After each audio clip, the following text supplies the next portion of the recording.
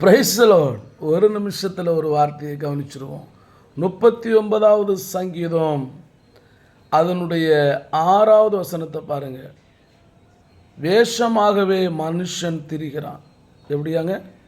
வேஷமாகவே மனுஷன் திரிகிறான். அப்படின்னா வேஷம் கலைந்து போய்விடும்.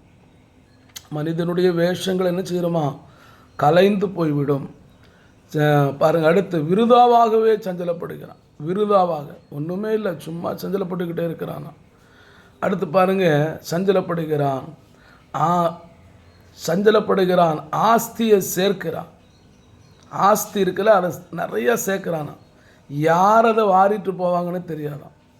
நிறையா கும்பலாக சேர்த்து வச்சு நீங்கள் அதை அனுபவிக்க முடியும்னு நினைக்கிறீங்க?